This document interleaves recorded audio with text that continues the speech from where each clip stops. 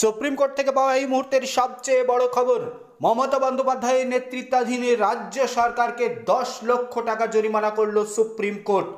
কর্মীর অবসরকালীন প্রাপ্য না মিটিয়ে দেরিতে ভিত্তিহীন মামলা করায় পশ্চিমবঙ্গ সরকারকে 10 লক্ষ টাকা জরিমানা করল সুপ্রিম কোর্ট। 2007 সাল থেকে অবসরকালীন পাওনা পেতে লড়ছেন মামলাকারীর বিরুদ্ধে শৃঙ্খলা ভঙ্গের অভিযোগ খারিজ করে দিয়ে কলকাতা হাইকোর্টের পাওনা মিটিয়ে দেওয়ার নির্দেশ ছিল, কিন্তু সেই নির্দেশ মানেনি রাজ্য সরকার। পরিবর্তে সেই রায়ের বিরুদ্ধে সুপ্রিম কোর্টে যায় রাজ্য। 1989 সালে আবেদনকারীর বিরুদ্ধে শৃঙ্খলা ভঙ্গের অভিযোগ ওঠে। 1994 সালে তিনি নির্দোষ ঘোষিত হন, অথচ 97 সালে কেন তাকে সাজা দেওয়া হবে না বলে কারণ দর্শানোর নোটিশ জারি হয়। তিনি জবাব দিলেও সরকার কোনো প্রতিক্রিয়া দেয়নি। 2007 সালে অবসর নেওয়ার পর 3 বছর বাদে তাকে দ্বিতীয়বার কারণ দর্শানোর নোটিশ জারি করে সরকার। সেই নোটিশ চ্যালেঞ্জ করে আবেদনকারী হাইকোর্টে যায়।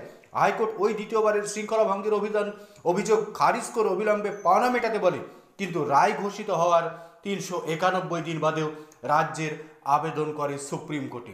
অবসর গ্রহণের পরেও তাও আবার প্রথম নোটিশের মতো একই অভিযোগ আনায় বিরক্ত সুপ্রিম কোর্ট।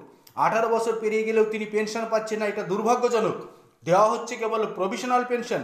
এই অবস্থায় রাজ্যকে 4 সপ্তাহের মধ্যে আবেদনকারীর যাবতীয় অবসরকালীন পাওনা মেটাতে বলা হলো। সেই সঙ্গে রাজ্য সরকারকে 10 লক্ষ টাকা জরিমানা ওই সময়ের মধ্যে আবেদনকারীর হাতে তুলে দেওয়ার নির্দেশ দেওয়া হলো।